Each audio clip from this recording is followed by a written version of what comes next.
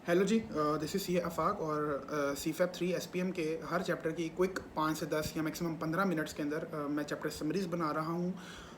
उसी video playlist का ये अगला हिस्सा है। हम चैप्टर नंबर 5 के ऊपर चलते हैं बगैर कोई टाइम वेस्ट किए।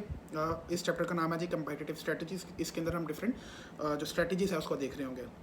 सबसे पहले हमारे पास कंपेटिटिव एडवांटेज आ जाता है। ये पिछले चैप्टर की बात है। Value and competitive advantage again ये हम पढ़ चुके हैं कि हम अपनी प्राइस को कम रख सकते हैं या हम प्रोडक्ट जो है उसको बहुत ज़्यादा यूनिक बना सकते हैं या कम्बिनेशन इन दोनों का यूज़ किया जा सकता है। उसके बाद आ जाता है जी स्ट्रेटेजिक लॉक, ये बहुत इंपॉर्टेंट टॉपिक है। पर्पज़ क्या है स्ट्रेटेजिक लॉक का? बेसिकली इसके अंदर ना हम दो यूज़ कर रहे होते हैं, कह लो कि फैक्टर्स दो यूज़ कर रहे होते हैं। एक तरफ हम प्राइस को रखते हैं और एक तरफ हम रखते हैं परसीव्ड प्रोडक्ट या सर्विस बेनिफिट्स को। एक पूरा एक लॉक बनता है जो कि शुरू यहाँ से होता है। इसके अंदर डिफरेंट हम पॉइंट्स बनाते हैं। पहला पॉइंट होता है नो फ्रिल्स का। नो फ्रिल्स क्या होता है कि हमारे पास जो प्राइस है वो भी कम है और जो हमारा उससे परसीव्ड प्रोडक्ट है, सर्विस है, बेनिफिट है, वो भी कोई बहुत ज़्यादा नहीं है। तो नो फ्रिल्स में क्या होता है कि हम एक प्रोडक्ट सर्विस जो है वो ऑफर कर रहे हैं लो प्राइस के ऊपर, लो परसीव्ड बेनिफिट्स हैं और ऐसे कस्टमर्स इस तरह के प्रोडक्ट्स की तरफ आएंगे या इस तरह की मार्केट्स की तरफ आएंगे जो बहुत ज़्यादा प्राइस कॉन्शियस हैं और उनको ये चीज़ अंडरस्टैंड होती है कि वो जो प्रोडक्ट या सर्विस बाय कर रहे हैं वो उनको कोई बहुत ज़्यादा एडवांटेज नहीं दे रही। इसी तरह से हम लो प्राइस स्ट्रेटजी की तरफ चल जाते हैं। इसमें क्या होता है कि हमारी जो प्राइस होती है वो कम होती है लेकिन उससे जो परसीव्ड बेनिफिट होता है वो एवरेज से थोड़ा सा ज़्यादा होता है। ठीक है जी।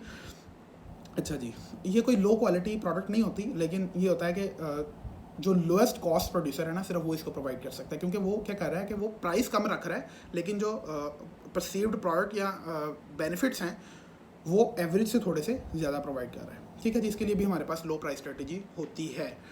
आगे हमारे पास चला जाता है हाइब्रिड। हाइब्रिड में हम क्या करते हैं कि जो परसीव्ड बेनिफिट्स हैं वो बहुत ज़्यादा हो जाते हैं लेकिन प्राइस हम कम रखते हैं। ठीक है जी। Hybrid below average selling price हम रख लेते हैं और इसके अंदर हमें करना ये पड़ेगा कि हमें कॉस्ट प्रोडक्शन के अंदर बहुत ज़्यादा एफिशिएंट होना पड़ेगा। अच्छा जी, ये सिर्फ बड़ी ऑर्गेनाइजेशन ही कर सकेंगी। फिर हमारे पास आ जाती है डिफरेंशिएशन, जिसके अंदर हम प्राइस एवरेज चार्ज करते हैं लेकिन परसीव्ड बेनिफिट्स बहुत ज़्यादा दे रहे होते हैं। इसको कहते हैं डिफरेंशिएशन। डिफरेंशिएशन स्ट्रेटजी क्या होती है जी कि हम जो कि मैंने आपको पहले बता दिया और कंपनीज ऐसे परसेप्शन को प्रमोट कर सकती हैं कि जो उनकी जो प्रोडक्ट है या सर्विस है ये क्वालिटी में बहुत ज़्यादा बेटर है। तो मतलब ज़रूरी नहीं कि उनकी जो प्रोडक्ट है वो वाकई बेटर हो, बल्कि ये एक परसेप्शन भी बाज़ क्रिएट किया जाता है। ठीक है जी। उसके बाद आ जाती है फोकस डिफरेंशिएशन। फोकस डिफरेंशिएशन के अंदर क्या होता है कि बेसिकली जो पर्टिकुलर सेगमेंट्स होते हैं उस रेलिवेंट मार्केट के उनको टारगेट किया जाता है। इसके अंदर आप बहुत ज़्यादा जो है वो प्राइस चार्ज करते हो और जो परसीव्ड बेनिफिट्स होते हैं वो बहुत ज़्यादा होते हैं। बेसिकली परसीव्ड बेनिफिट्स एक टाइम के ऊपर आकर ना जो उसकी स्लोप है वो बिल्कुल फ्लैट हो जाती है। उस रेलिवेंट प्रोडक्ट के साथ प्रेस्टीज ऐड हो जाती है बेसिकली ना। ठीक है जी, जिसको हम हाइब्रिड स्ट्रेटजी भी कहते हैं। मोस्टली जो ब्रांड्स होते हैं जिस तरह के एप्पल है या फिर हमारे पास सुजुकी है वो सब, मैं मोटर बाइक की उसके अंदर बात कर रहा हूँ, वो हाइब्रिड स्ट्रेटजी को यूज़ कर रहे होते हैं जिसको हम फोकस्ड डिफरेंशिएशन भी कहते हैं। उसके बाद आ जाता है जी कि strategies that will fail. Strategies that will fail कौन कौन सी हैं कि अगर आप जो है वो प्राइस बहुत ज़्यादा चार्ज करो और जो है वो एवरेज या बिलो एवरेज या अबव एवरेज थोड़े से बेनिफिट्स हो, ये स्ट्रेटजी फेल कर जाएगी। अगर आप ये स्ट्रेटजी यूज़ करने की कोशिश कर रहे हो कि आप जो है वो बहुत ज़्यादा हाई जो है वो प्राइस रख कर जो परसीव्ड बेनिफिट्स हैं वो बिलो एवरेज देना शुरू कर दो, तो ये भी स्ट्रेटजी फेल कर जाएगी।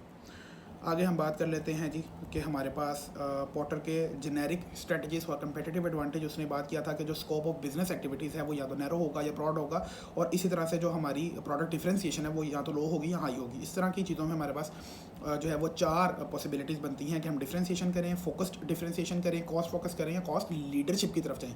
कॉस्ट लीडरशिप क्या है? कॉस्ट लीडरशिप बेसिकली ये है कि आप मार्केट के अंदर आपकी कोशिश होती है कि आप लोएस्ट कॉस्ट प्रोड्यूसर बन जाओ, यानी कि आपकी कॉस्ट पूरी मार्केट में सबसे कम हो जाए, तो फिर आप कॉस्ट के ऊपर प्ले कर सकते हो। ठीक है जी। अच्छा जी, और ये आमतौर पर लार्ज कंपनीज करती हैं। फिर डिफरेंशिएशन स्ट्रेटजी आती है। डिफरेंशिएशन स्ट्रेटजी होती है कि आप R&D के अंदर बहुत ज़्यादा इन्वेस्ट करते हो और ये उनके लिए होता है जिनका बिजनेस एक्टिविटीज़ बहुत ज़्यादा ब्रॉड होती हैं और उनकी डिफरेंशिएशन की जो डिग्री है वो बहुत ज़्यादा हाई होती है। ठीक है जी। जब हमने बात की कॉस्ट लीडरशिप की, तो कॉस्ट लीडरशिप उनकी होती है जिनकी बिजनेस एक्टिविटीज़ बहुत ज़्यादा ब्रॉड होंगी और वो डिफरेंशिएशन की तरफ नहीं जाना चाहते। ठीक है, उनकी वो अर्ज जो है वो डिग्री है डिफरेंशिएशन की तरफ जाने की वो लो है, तो फिर वो क्या करेंगे कि वो कॉस्ट लीडरशिप की तरफ जाना चाहेंगे। लेकिन अगर दोनों चीज़ें हाई पे हैं, दोनों चीज़ें हाई पे हैं तो फिर हम डिफरेंशिएशन की तरफ जाना चाहेंगे, R&D में इन्वेस्ट करेंगे, ऐसी प्रोडक्ट बनाएंगे जिसके जो फीचर्स हैं वो इतने यूनिक होंगे मार्केट के अंदर किसी और के पास वो ना हो। ये भी एक स्ट्रैटेजी है। इसी तरह से हमारे पास एक फोकस स्ट्रैटेजी है। फोकस स्ट्रैटेजी के ऊपर हम कब जाते हैं कि हमारा जो बिजनेस एक्टिविटीज़ का स्कोप है वो बहुत ज़्यादा ब्रॉड नहीं है, वो नैरो है, लेकिन हम चाहते हैं कि यार डिफरेंशिएशन की जाए ताकि हम मार्केट को अच्छे से एक्सप्लॉइट कर सकें प्रॉफिट्स कमाने के लिए। इसके अंदर हमारे पास जो है वो कॉस्ट लीडरशिप या डिफरेंशिएशन स्ट्रैटेजीज उन मार्केट्स के अंदर हमने करनी है जो कि सेगमेंटेड है, जो कि सेगमेंटेड नहीं है, यानी कि हमने कॉस्ट लीडरशिप या डिफरेंशिएशन स्ट्रैटेजी के अंदर जाना है। प्लीज़ इस बात को इग्नोर कर दीजिएगा। कॉस्ट लीडरशिप या डिफरेंशिएशन स्ट्रैटेजी फोकस्ड मार्केट में, यानी कि मार्केट के पर्टिकुलर सेगमेंट्स के अंदर जब हम करेंगे तो उसको हम कहेंगे फोकस स्ट्रैटेजी है। ठीक है जी। इसके बाद हम आगे चलते हैं। 6 प्रिंसिपल्स हैं जी पॉटर ने दिए थे स्ट्रैटेजिक पोजीशनिंग के, इनको बहुत ज़्यादा इम्पोर्टेंस हासिल है।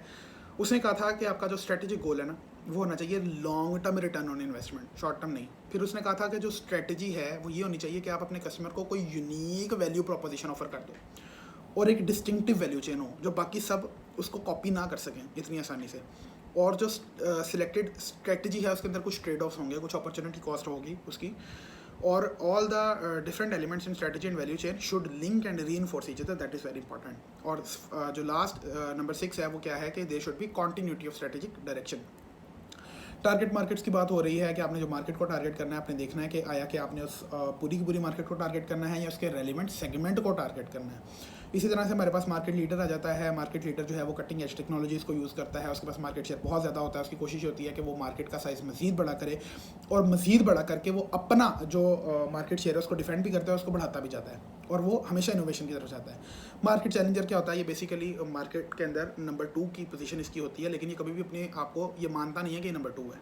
ये हमेशा क्या करता है कि ये कोई ना कोई अटैक्स लॉन्च करता रहता है मार्केट लीडर के अंदर, कोई ना कोई ऐसी चीज़ ढूंढता रहता है कि जहाँ पर ये मार्केट लीडर के ऊपर अटैक लॉन्च कर सके और ये बता सके कि मार्केट लीडर असल में ये है, लेकिन ये मार्केट चैलेंजर होता है। ठीक है जी। ये क्या करता है, इसके पास कटिंग एज टेक्नोलॉजीज़ नहीं होती, इनोवेशन के अंदर बहुत ज़्यादा इन्वेस्ट नहीं कर सकता। मार्केट फॉलोअर क्या होता है, ये बंदा मान लेता है। मार्केट फॉलोअर आमतौर पर वो एंटिटीज़ होती हैं जो मान लेती हैं कि वो जो है वो नंबर 1 या नंबर 2 के लिए फ़ाइट नहीं कर रही, वो जहाँ पे हैं वो वहीं रहना चाहती हैं। जो मार्केट लीडर्स हैं ये सिर्फ उनको फॉलो करती रहती हैं। और फिर नीश मार्केट क्या है कि आप पूरी मार्केट को फॉलो नहीं कर रहे बल्कि उसके एक पर्टिकुलर सेगमेंट को जो है वो टारगेट किए हुए, that is niche marketing. Product positioning है जी कि क्या आपको नंबर 1 बनना है या नंबर 2 रखना है। तो इसमें यह है कि एक पूरी बड़ी मार्केट में नंबर 2 होने से बेहतर है कि आप एक पर्टिकुलर मार्केट के सेगमेंट में नंबर 1 हो जाओ। ठीक है जी।